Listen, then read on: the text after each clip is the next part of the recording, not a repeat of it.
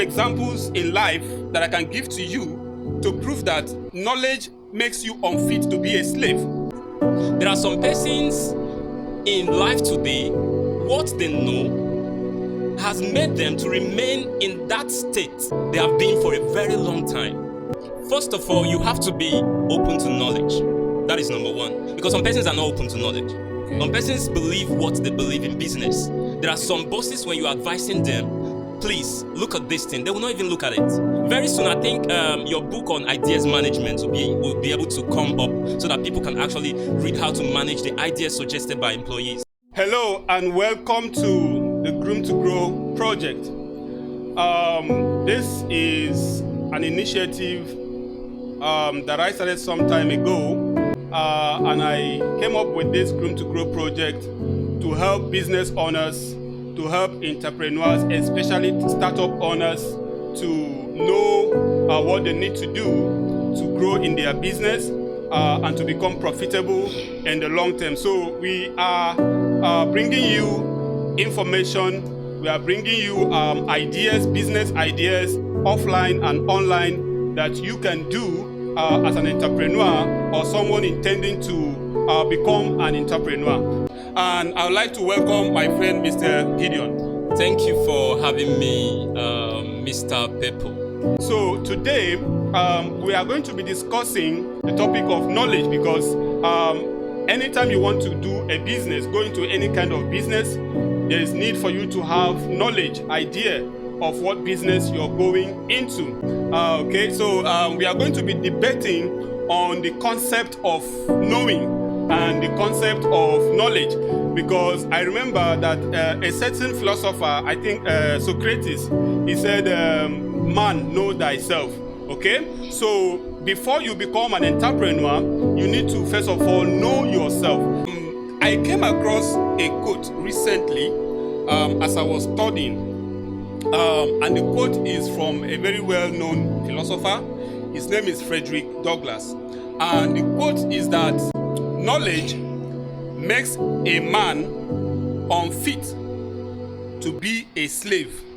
Knowledge makes a man unfit to be a slave. I so much agree with the philosopher for several reasons, one of which is the fact that for everything you do in life, even the Bible made it known to us that the people perish for lack of knowledge or because of ignorance.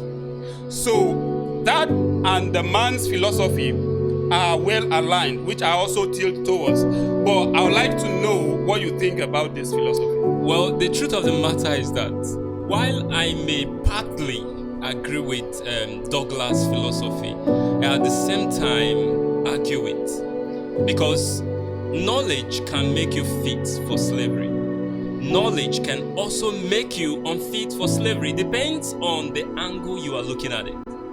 There are some persons in life today, what they know has made them to remain in that state they have been for a very long time. Okay. Now, I appreciate the fact that you quoted the Bible. Permit me to also quote the Bible that Apostle Paul said that he's a slave to Christ. It was because of what he knew about Christ. So knowledge can actually make someone fit to enter into bondage or slavery. Okay, can you give us, I know you mentioned Paul, but we know that in the Bible, most times they speak in parables. So I wouldn't really completely say I understand Paul's perspective. But I have a lot of examples in life that I can give to you to prove that knowledge makes you unfit to be a slave. Okay, for example, when you have knowledge that something can kill you, all right, you will avoid it. You will do everything necessary to avoid it. So from your own perspective and with a modern day understanding of this idea of knowledge, could you throw more light or give us a real example of how knowledge makes you fit to be a slave? Well, okay, now let me come from the religious angle before I come to the business world. Okay. The fact is, if you check what is happening today, what keep people where they are is because of what they know. What keeps you in a particular faith, in a particular situation, is what you know. Okay, now for the example you have given me, if you know that something can kill you and you have the knowledge to overcome, right, you'll be set free. But the truth of the matter is that what if I tell you that that thing cannot kill you? Who even told you that that thing can kill you? Okay, so does it mean that knowledge has something to do with truth? Definitely. So, it means that you're saying that the knowledge you have needs verification. It needs thorough verification. Let me tell you, there are some bosses, business bosses. I call them bosses because a business expert is supposed to be a leader, not a boss. Now, there are some business bosses who are very conservative in their knowledge because they believe so much in what they know and they cannot let go of that thing they know. And that has kept them in business bondage. We have religious bondage, we have business bondage. If you are an entrepreneur and you want to grow, you must not stop knowing because knowledge is dynamic and truth is relative. What you know today may change tomorrow. Okay, so what you're saying is that you could remain a slave to knowledge. Definitely. Knowledge that is old or false. Is that what you're saying? Definitely. Okay, so now, if you could remain a slave to knowledge, what then can you do? Like, how can you have a paradigm shift from what you knew that is knowledge to what knowledge should actually be? How can you test the real knowledge? Like, what will make you know that this knowledge you're having now is the true knowledge that can set you free? First of all, you have to be open to knowledge. That is number one. Because some persons are not open to knowledge. Okay. Some persons believe what they believe in business. There are some bosses, when you are advising them, please look at this thing, they will not even look at it. Very soon, I think your book on ideas management will be able to come up so that people can actually read how to manage the ideas suggested by employees. Because some persons are hell-bent on their knowledge. So you have to be open for knowledge. Then again is that when you are open for knowledge, don't accept every knowledge. You have to test the knowledge and know if it works. If it doesn't work, you discontinue it. That's the problem I'm having. How do you know knowledge that is true?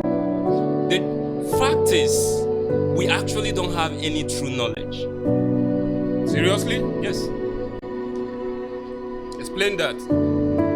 Knowledge is, when you say truth is a relative construct. But they said so just a minute. Okay. I want to disagree a little bit with you. Okay. Because we can know knowledge.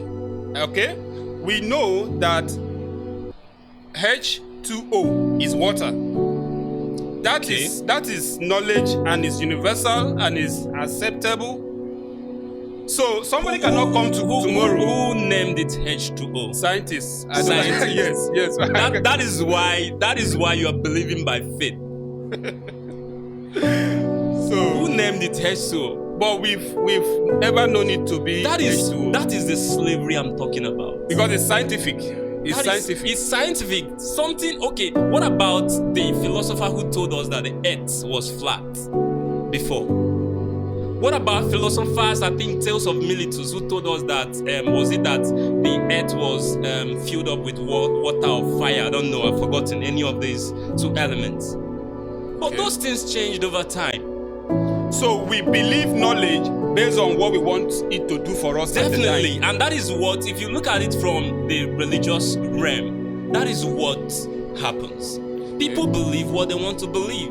and they hold on to what they want to hold. Even in the business world, some professionals believe that a particular strategy is what you are to follow to get a result. Okay. But who told you that that's the only strategy? Okay, so now, how quickly can you change knowledge? How quickly? Knowledge cannot be easily changed, because once people believe in a particular thing and they run with it, it takes so much effort for you to convince them of a new knowledge. But you said that the knowledge you have can make you fit to be a slave. Now you don't want to be a slave. Do you know how many years? So for you to escape being a slave to that knowledge, you need to change that knowledge. Do you know how many years Aristotle, was it Aristotle, deceived us that one insect has 8 legs? Or there are somebody, a philosopher, deceived us for a long time. Okay, that spider. Spider has how many legs in reality? 8 legs. 8 legs. I still believe it to be so. No. Aristotle, I think, mentioned about 6 or thereabouts. We believed him for many years. So I feel that knowledge is dynamic. Things can change. Okay. Even religions metamorphose. Everything in life is changing. So that is why I said truth is basically relative. Okay. So in the business world, okay, you earn by what you have learned. Or another way I can put it is, the more you learn, the more you earn. Okay? That works very much better in the Western world. In the business world, the more you learn. In Nigeria, does it work in Nigeria? It still works. Okay. It should still work. All right. That the more you learn, the more you earn. Okay. Which means more learning gives you more opportunities to do more things, add more values to the society.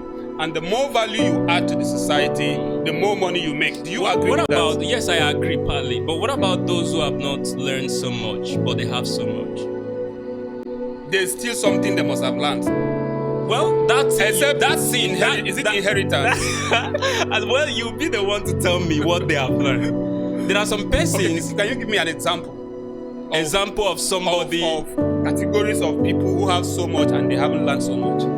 Well, I may not pinpoint exactly, but we know the likes of Yahoo boys. No, not Yahoo. Yahoo boys.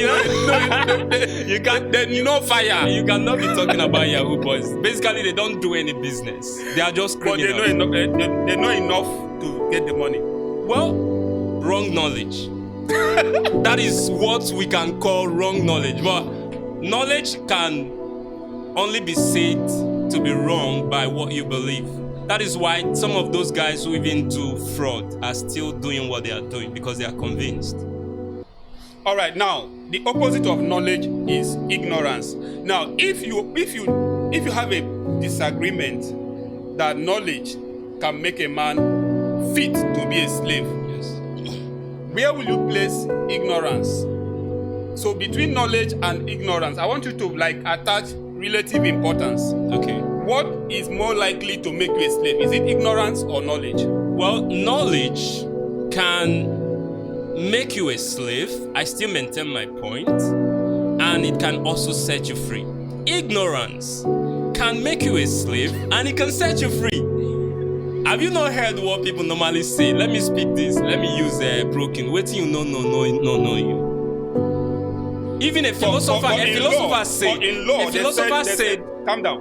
In law, okay, they said that ignorance of the law is not an excuse before the law.